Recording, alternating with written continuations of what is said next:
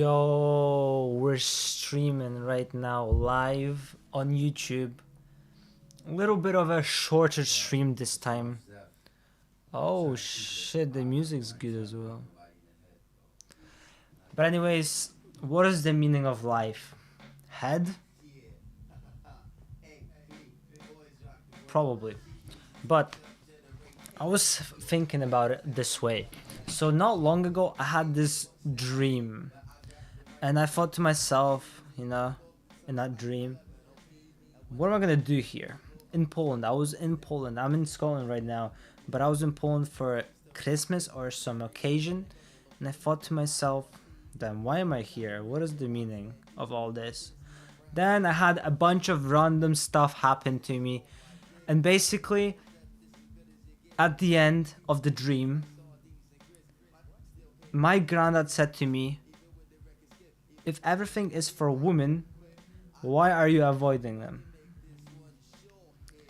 Well, the problem is they're avoiding me. But why am I avoiding them?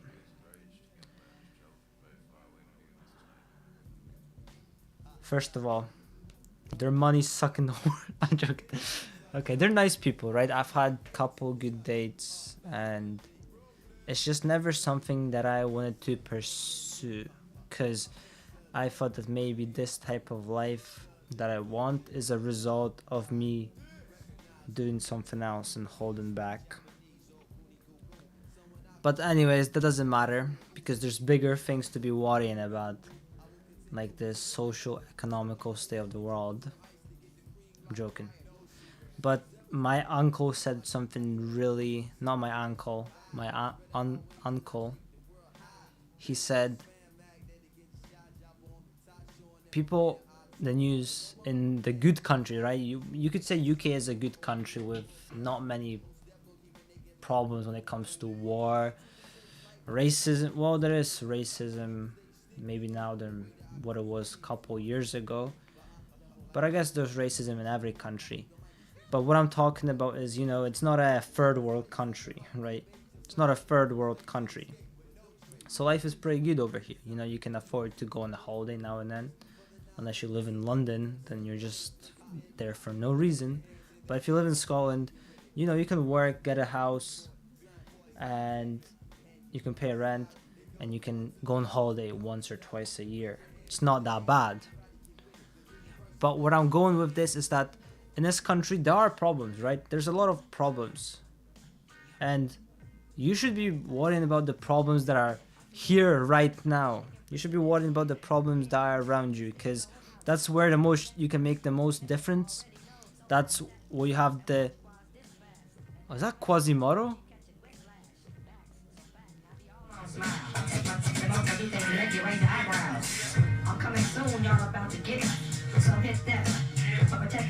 Oh yeah. Damn, I used to listen to Quasimodo all the time. Shit, that used to be my job. Anyways, what I was back to saying is that you should be focused about what you see around yourself because that you can do the most impact. You can see it factually, right? I mean, your perception, there's always biases to that. You never have the authentic perception of the world because there's so many biases, external factors, a lot of stuff going on, right? But it's the closest you can get. But if you trust the news, the things that people tell you, and religion, you could say it's a war on religion. And it's actually, making you look at something that you have no impact over, or very small impact over, and you have very small of the real truth.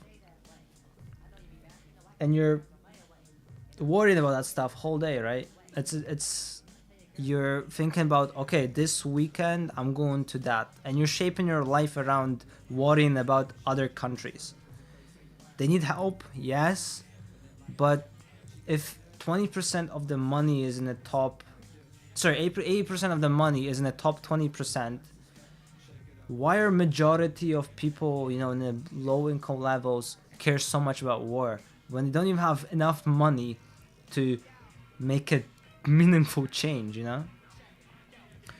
And they're not gonna spend all that money just for, you know, people are not gonna spend enough money to donate and make a real difference. You will help, you know, a little bit of percentage, but it's gonna be run over by the masses, by the bigger, not the micro, but the bigger the macro effect of the war.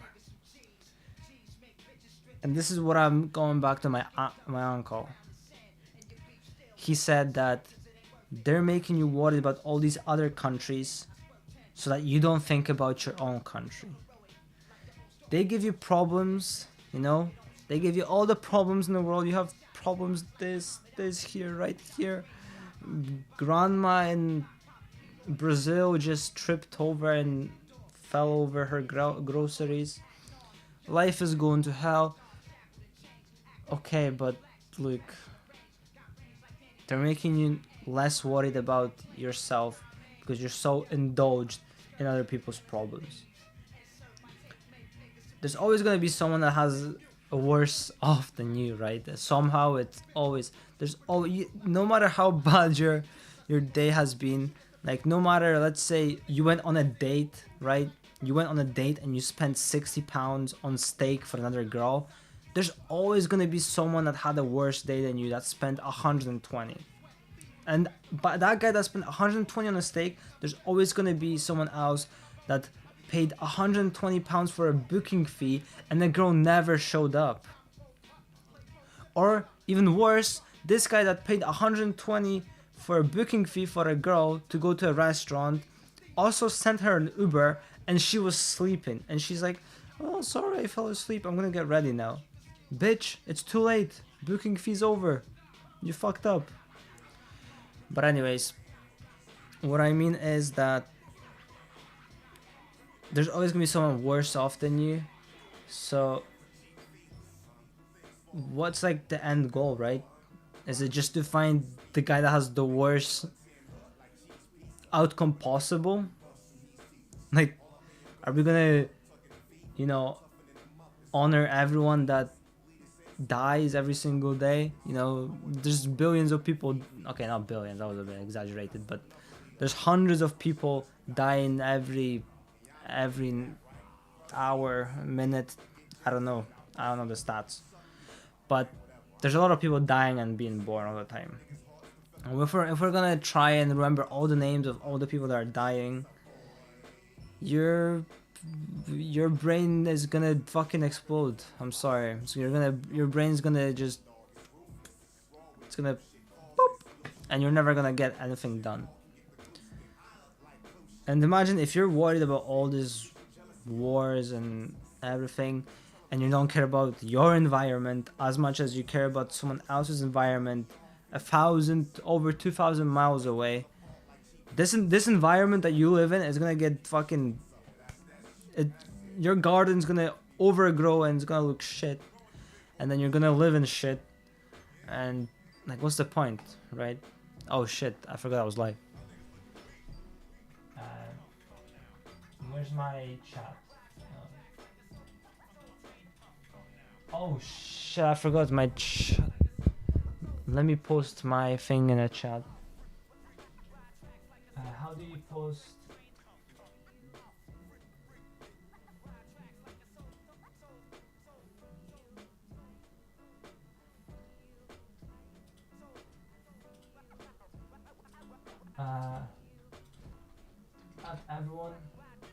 Everyone.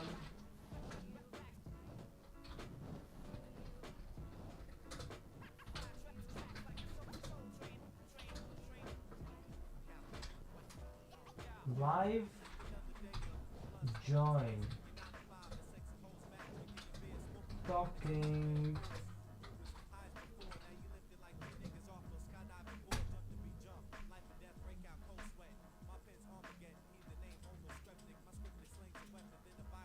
Close. Okay, there we go. I think that's better, right? Can you even hear me from here? I don't know, I've never really done this. I've never done this setup before. I think it's peaking, right? It's peaking. Oh, there we go. Now you can hear it. But yeah. So that's kind of what I think about caring about other people's business and problems more than you care about your own. And then if you just keep caring about those people, there's nothing bad with not being ignorant. It's just you gotta control your ignorance. If you don't control your ignorance, it can spiral out of control in one direction or the other. And I mean, I don't know which direction is worse. That's for up to you to decide and experience, I guess. But there's some, it can go one or the other way, too far. It's kind of, I guess it's just like an analogy that keeps coming up in life. You know, I guess you can say it's talking about balance. You know, you gotta balance the good and the bad. I don't know if that's a good thing, because I guess good is always better, right? But then there's the wrong perception of good. So let's say you can perceive as eating chocolate as good, right? But actually eating chocolate is bad. Objectively speaking. Objectively speaking, eating chocolate is bad because it's unhealthy for you. But subjectively, it can be a really good time.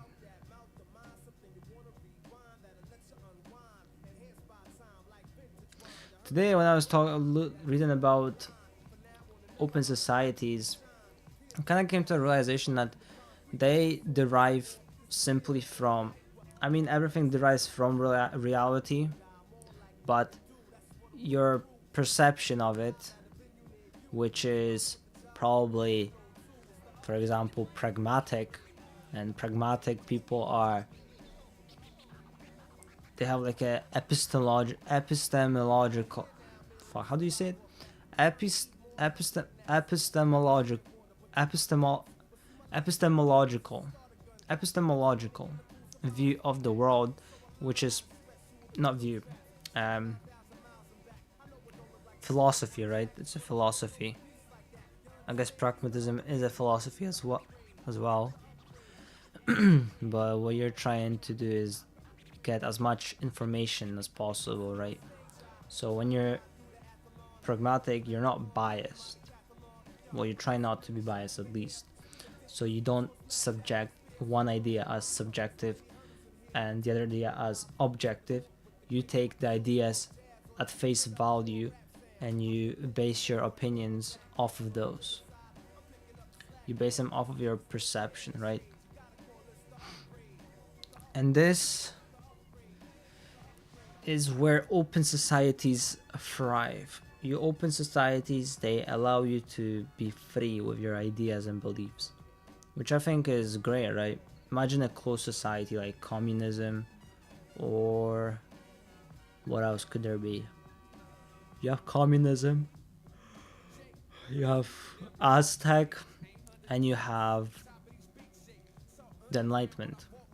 Enlightenment is not it was a move towards the open societies, but closed societies like Aztec, not socialism but communism, right? They oppose ideologies, whereas pragmatism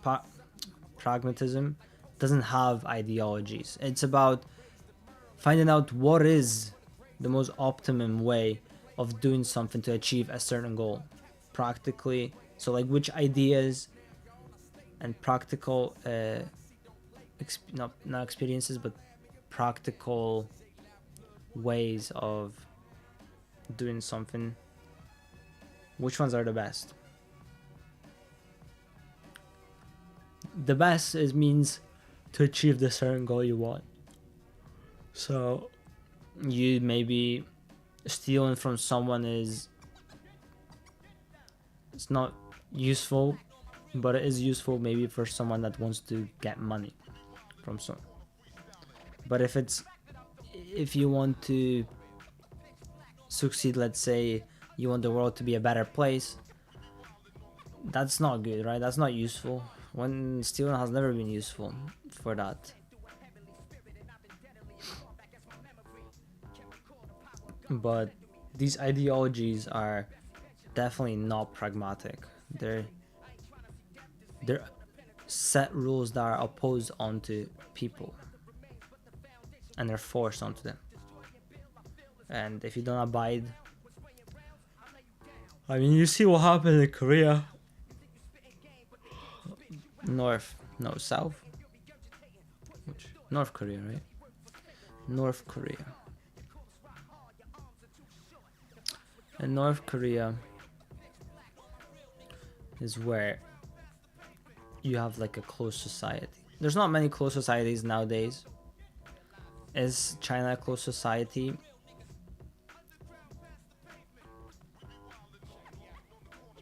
I don't know. Would you say that a closed society is someone that doesn't... It's like, let's say you have an open society, you can have beliefs. Like, you're able to have beliefs and ideas. But if you go outside a certain terms, you'll be automatically punished. Which is, let's say right now, we live in an open society where you can have ideas and all the other things. But over here, if you say something about the parliament, you don't really have, someone coming in and swatting you. You don't have anyone coming in and swatting you. But in closed societies, the ideology is that anyone that goes, especially in Aztec, which was based on social hierarchy, so anyone that was below a certain point, they would get fucked if they did anything wrong. Like, I'm talking about death and shit. Right now, fortunately, there's no death penalty. We'll get to that in a second. About the death penalty. Because I have a couple opinions on that. But basically, what I was getting to is that if you have like a watchdog that's watching over you all the time, but you're able to have self-beliefs and you're able to, practice religion, is that bad, Is that... But, sir, what I'm saying is that you can have religions, beliefs, ideas, whatever. You can innovate. But is that... But that all of that is, like, watched over very closely. Would you say that's a closed society? Because, think about it, right? You can't do anything outside of the rules because they'll be instantly punished. Like, instantly, You jaywalk, instantly punished. You could say that in an open society, going jaywalking will be instantly punished. Because the ideology of but our ideologies and rules the same thing. Our ideologies derived from rules, or are they like rules, or is the constitution an ideology, or is it just a rule book? Because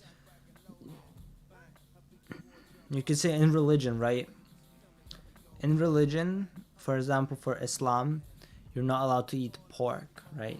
Everyone knows that. That's very widespread knowledge. But you're not allowed to eat pork. And this ideology, if it was opposed onto a country, right? And it's not a rule, it's looked down upon, but there's no, you could say, there's no punishment for eating pork. But if the rule says no eating pork, then that's the rule, no eating pork. But how is that's different than ideology. But why? Okay, so I got it. So constitution is not an ideology. It's just a rule book. Okay, makes sense. But you could implement ideologies as rules, right?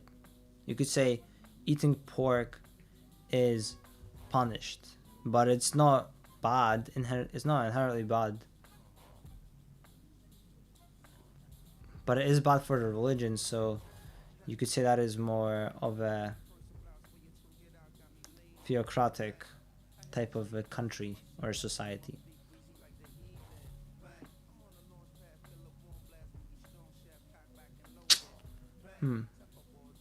Interesting, right? I hope this gets you thinking. Or maybe I'm just so low level that I'm just thinking about the stars right now. Let me turn up the music.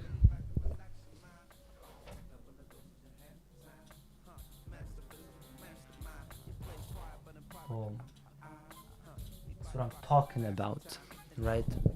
But another thing that I'm interested in is this. I always had this idea, right? This is probably like this is kind of my like gym journey, right? So my gym journey kind of started with 3 months. I got back into the gym and kind of got my newbie gains back. So I put on like 4 or 5 kilograms back on very quickly, like in a couple weeks. But I started reading more, right? And I think around that time, as I started, there was a new study that came out that talked about volume and size, right? So size is very correlated with volume. So the more volume, the more size, right? Very simple. Very simple. No thinking there. But here's the thing. I kind of got that, I was always thinking there has to be a reason why people lift heavy, or do people just lift heavy to lift heavy? There has to be some benefits of it that are implemented between the training types. And after doing some research, I had this theory that, well, wouldn't you lifting heavy weights make you lift heavier weights so then you can do more volume? And I kind of thought about it, whatever. I just kind of stuck to the study that more volume equals more size, and that's the only way to build muscle. It is, but it's not the only thing you can do. It's not the only thing you should be doing, probably. And on YouTube, not on YouTube, on ChatGPT, I typed it in, like saying, wouldn't lifting heavier weights make you help you lift heavier weights for more reps and then leading to more hypertrophy over a long run?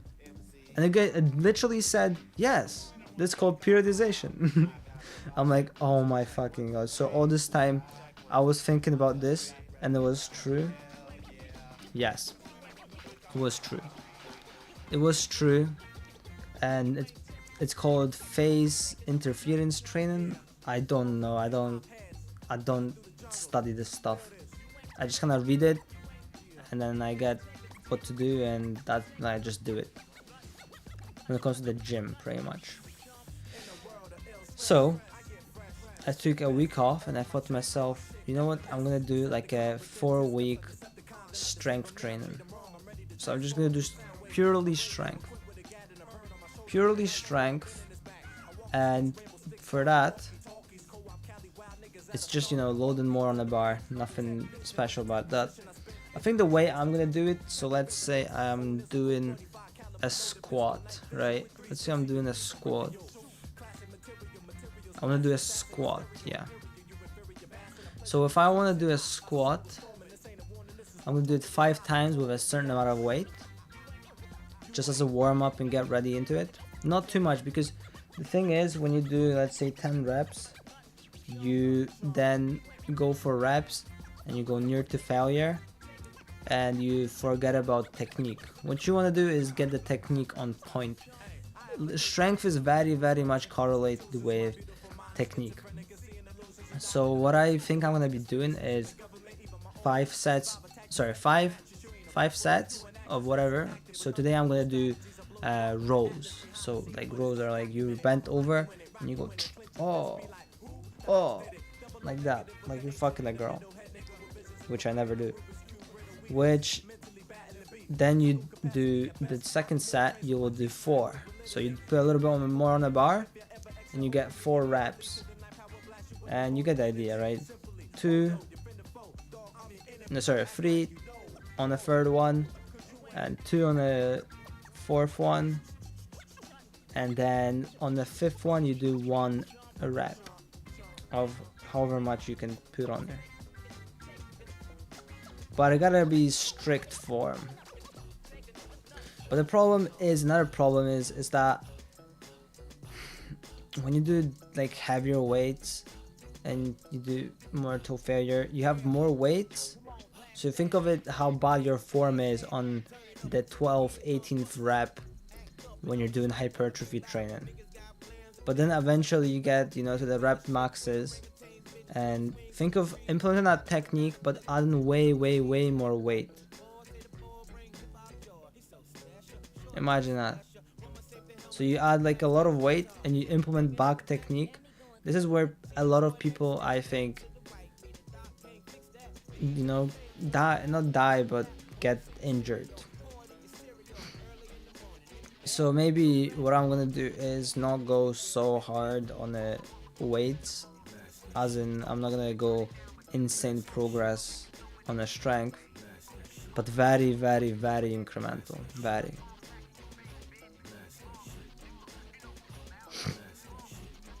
incremental. So for example, I usually do 18 reps for my first set on rows.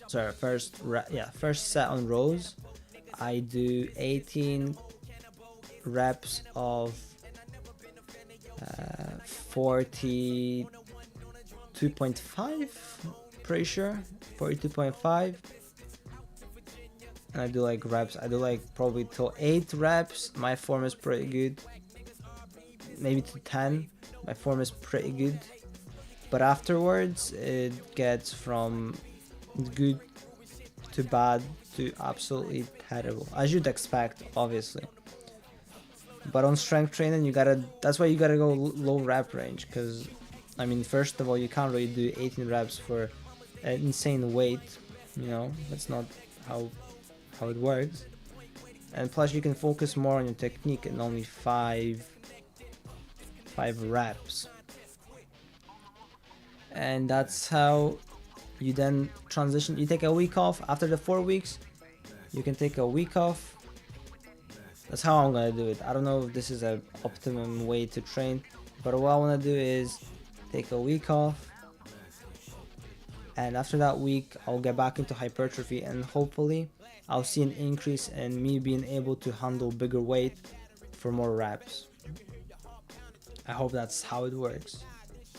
It seems like that is how it works, but we'll figure it out, because I'm trying, like, I've done the hypertrophy a little bit, I've got the gains back, and I improved as well. But now I've never trained strength, I've never done that. And apparently there's some strength training. Sorry, it's called like a strength first training. So you do strength training first. Sorry, you do a little bit. That's basically what I'm doing. But there was a study about it, or 2 of them.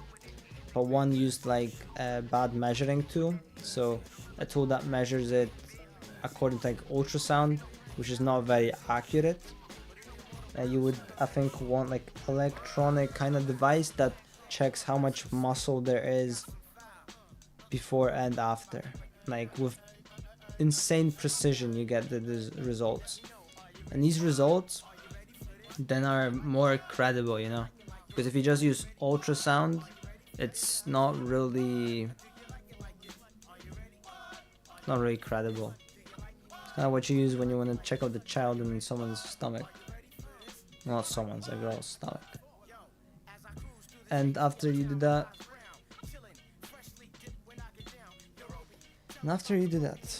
what do? You just do the hypertrophy again. You build more muscle, which then you can change into more strength, and over again. Sounds like a plan. My journey to not being skinny anymore. For fuck's sake, I can't be skinny anymore, man. I hate being skinny. Also, my chicken's ready. And by the way, this is my mind map for open societies and closed societies. This is my mind map from a podcast. Bro, this was probably my favorite podcast ever. Okay, my favorite way of studying a podcast ever, right? So I was literally listening to it. I put I think it was a business podcast about your mindset and what you need to make money. And someone gave it in 3 pillars, or 3, like a triangle, like a trinity. And it talks about being the best, high demand, and irreplaceable. And then it goes in deep with each one, and I try and connect them together. I'll probably look back on it, try and do what's it called? Restudy of it.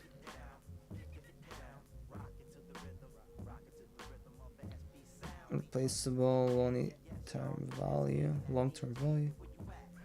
knowledge input, long-term value. It's very interesting. And look at this, right? You see this one here, open societies. It looks like shit. It doesn't look like anything. Probably because it's out of focus as well, but right here, right? And then I go on to here. Where is it? This way here. I go on to this new one. Boom. Like that. And look how much more simple this is. I added so much junk to this one before, but now because I understand the individual terms, it's way easier to make it simpler, right? Because, by the way, these post-it notes, every time I do a finish, let's say I finish half an hour of studying, I implement questions. So I write questions at the end of each study. So I look at the map and I'm like, okay, what the fuck is this? And then I'm like, okay, I'll write this down. I don't know what this is. I'll answer it next time. And subconsciously I'll be thinking about it afterwards, or it'll be easier to remember later. And maybe you understand more parts and you have more questions later. But you space it out. And it's so much simpler and so much more clarity, right? I mean, before I couldn't really speak about it with much confidence because obviously looking at someone's map of a certain subject can tell you exactly his level of knowledge and understanding. If there's a lot of lines that are intersecting with each other, is there a lot of adding onto lines and rubbing out? Are the lines straight? Are they make sense? You can look at it, and if it doesn't make sense, it probably doesn't make sense to him as well, or her. But if you look at it and it sort of makes sense, you know where I'm heading, right? They're heading in the right direction. And you can just build off of those things. And then what's the coolest part is that then you can converge these maps, where one map leads to another, and you can implement different maps with each other. Just build think of it as building a map of the world.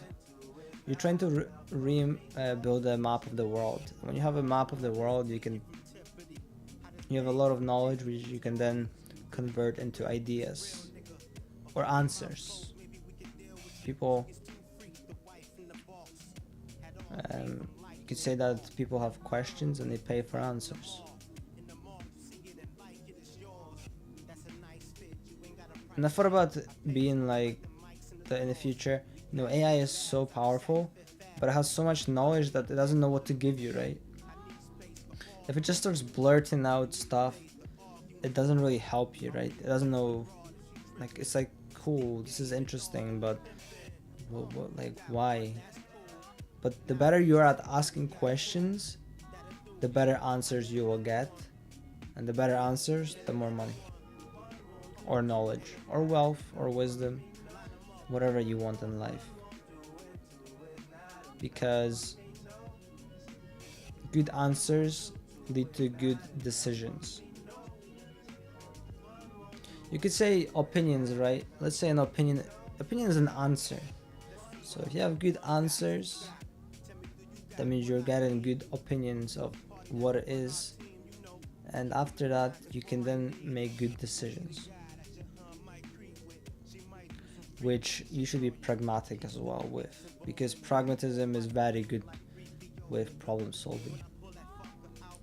Problem solving will ultimately solve all your problems. And what is there to this? Is there anything else than self-development? I keep saying it, but I'll say it till I die. I don't think there's anything else but self-development. You can help others, but if you're a shitty person, you will just make them shitty as well. If you're making a certain amount of money and you teach other people how to make money, those people will make very likely the same amount of money as you are. And when they do make more money than you and you help them, it's very likely that they used other mentors as well. They just combined the knowledge. Like, for example, what's a good combination of knowledge from different studies? I think the best one I have so far is that Staphemo. Staphemo is a way of drawing where it was pioneered by Da Vinci and talks about the soft lines of the world. This world is not that sharp as you'd think.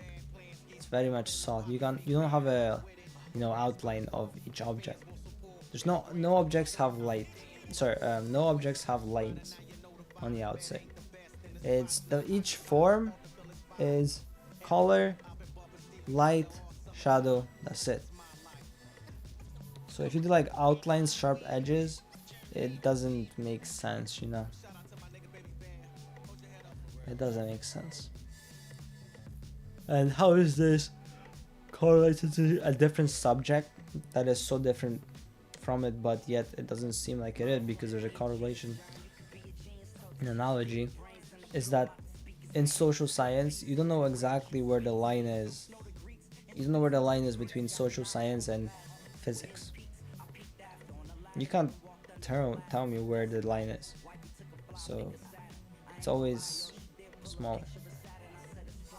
It's always, there is a line, but apparently there's not. It's like an abstraction almost that you can never pinpoint. But anyways, I'm going to the gym now. It was nice talking to you. I'll eat my chicken and head to the gym. Have a good day.